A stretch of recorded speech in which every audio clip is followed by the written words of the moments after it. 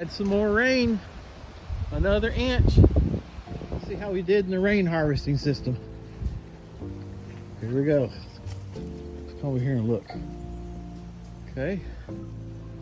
I'll look at this last one. There's the line right there, see it?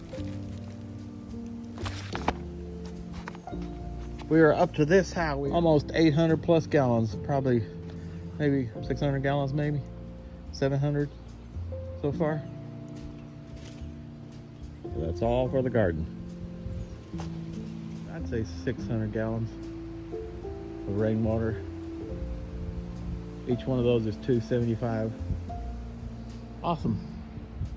Had some more rain, another inch. Let's see how we did in the rain harvesting system. Here we go. Let's come over here and look.